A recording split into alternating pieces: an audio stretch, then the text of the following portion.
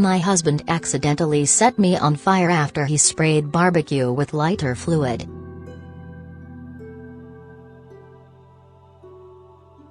The tragic accident occurred in December 2018 when she and her husband Donald were relaxing in their garden, preparing to cook dinner on their outdoor fire pit.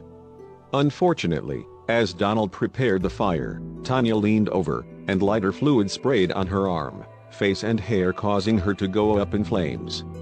Tanya, from Atlanta, Georgia, was taken to the hospital immediately, but her burns were so severe that she was placed into a medically induced coma for 2 months. The tragic accident occurred in December 2018 when she and her husband Donald were relaxing in their garden, preparing to cook dinner on their outdoor fire pit. Unfortunately, as Donald prepared the fire, Tanya leaned over, and lighter fluid sprayed on her arm, face and hair, causing her to go up in flames.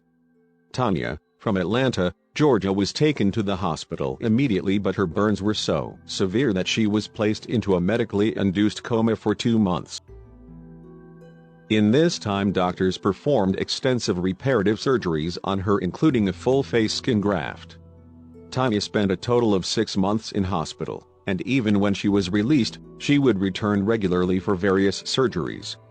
Loyal partner Donald was furious at himself for the accident and stayed by her side at all times, keeping a diary for her to read once she was taken out of the coma. The hospital provided $2.2 million for her surgeries but were unable to pay any more, and Tanya had no insurance.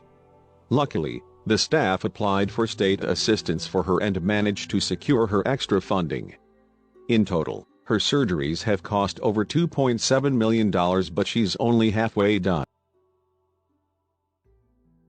Tanya said, My husband and I were outside with a fire pit, a week before Christmas in 2018.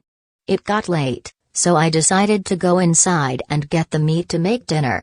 When I came back out, I reached in to put the meat on the grill. My husband was still building up the fire, but I didn't realize it. He squirted the lighter fluid, which hit my hair, my arms and my clothes. I went up like a match. After that, I was in the hospital for 6 months. For the first 2 months, due to the pain and the fact that I had to have surgery every week, I was put in a medically induced coma. All the skin that you see on me, none of that is my burn skin. That skin was too badly burned to be salvaged. Even my face is a full skin graft. When I woke up, I spent a month trying to get my bearings by working with physical therapists. All my muscles had atrophied. I couldn't walk, I couldn't swallow. I couldn't even wiggle around in bed. While I was in the hospital, my husband was angry with himself for the accident and terrified of losing me. He kept a diary that's just between us because he said the worst part was not being able to speak to me. Then they sent me to a rehab center for a month, but while I was in that facility, I got a terrible scalp infection. It was a fungal infection, a type of fungus not usually found in humans. My husband was amazing. He stayed with me the whole time. He was there for me in hospital for all 6 months, and then he learned about administering my medicine, cleaning my wounds and bathing me, everything. My daughter was a veterinary major at the time, and when I woke up, she told me that she'd switched her major to nursing after seeing what the hospital had done for me.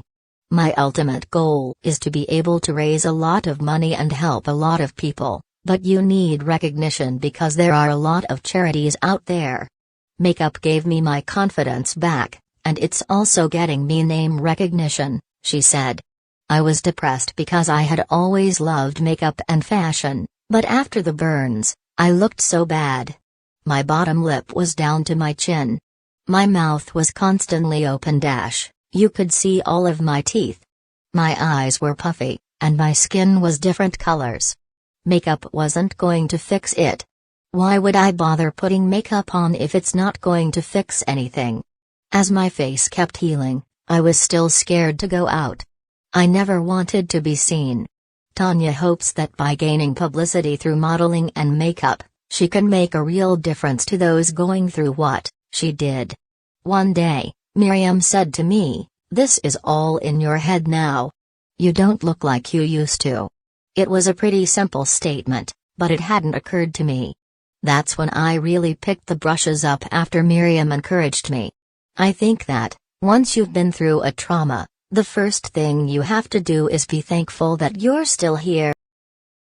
When Lauren Smith Fields died, the police thought psychotic Brad was a nice guy, and now this black female survivor of Brad's wicked games believes that he's a quote amazing husband.